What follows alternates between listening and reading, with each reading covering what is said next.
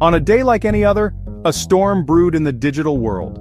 Former President Trump, known for his pronouncements on social media, set his sights on Harvard University. He called for the revocation of their tax-exempt status.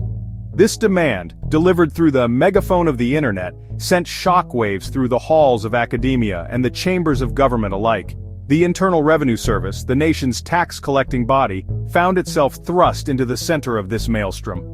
Reports emerged that the IRS was taking steps to comply with the former president's demand. This sparked immediate concern and accusations of political interference. The IRS, designed to be an impartial arbiter of the tax code, was now perceived as a tool of political pressure. The implications were significant. The IRS operates independently of the executive branch, a cornerstone of its legitimacy. This separation ensures that tax enforcement is fair and unbiased, guided by the law, not political whims. The perception of presidential meddling threatened to erode public trust in this vital institution. The United States Constitution outlines the separation of powers that defines American governance. The executive branch, headed by the president, is granted significant authority. However, this power is not absolute.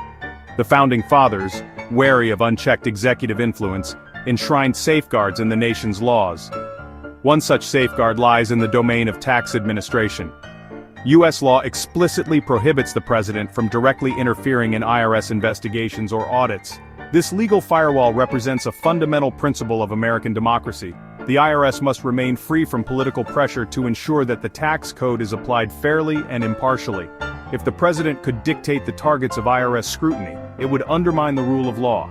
Tax enforcement could become a weapon wielded against political opponents or to reward allies, eroding public trust.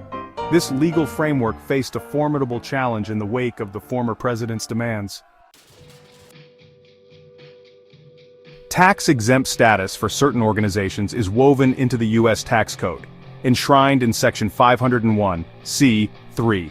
This provision grants exemption to entities that serve a public benefit, including religious organizations, charities, and educational institutions. Universities, considered pillars of intellectual and societal advancement, fall under this umbrella. However, this status is not unconditional. In 1983, Bob Jones University had its tax-exempt status revoked due to discriminatory policies. This precedent looms large in discussions about Harvard's tax-exempt status. Harvard University, with its storied history and reputation as one of the world's premier academic institutions, stands as a formidable entity.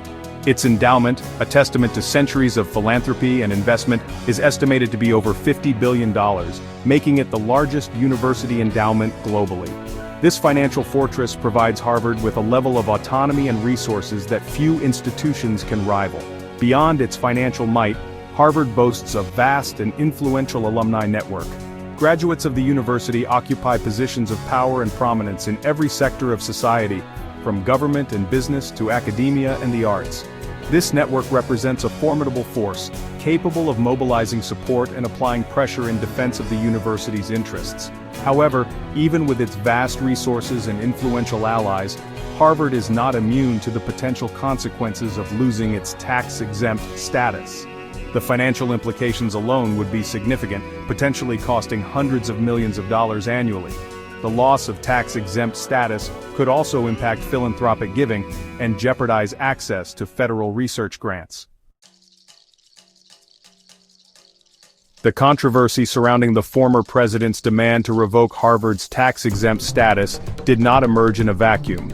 It unfolded against a backdrop of existing tensions between the Trump administration and elite universities, often viewed as bastions of liberalism and progressive thought. The former president's own history with higher education, marked by controversy and legal battles, added another layer of complexity to the situation. During his presidency, Trump signed into law a tax bill that included a new levy on wealthy universities. The tax targeted universities with endowments exceeding $500,000 per student, seen by many as a direct shot at institutions like Harvard. Furthermore, the former president's own for-profit university, Trump University, faced numerous lawsuits alleging fraud and deceptive practices. The university ultimately shut down, and Trump agreed to pay millions of dollars in settlements. This episode cast a long shadow over the former president's pronouncements on higher education, fueling accusations of hypocrisy. The IRS, tasked with navigating this politically charged landscape, found itself in a precarious position, highlighting the fragility of institutional norms.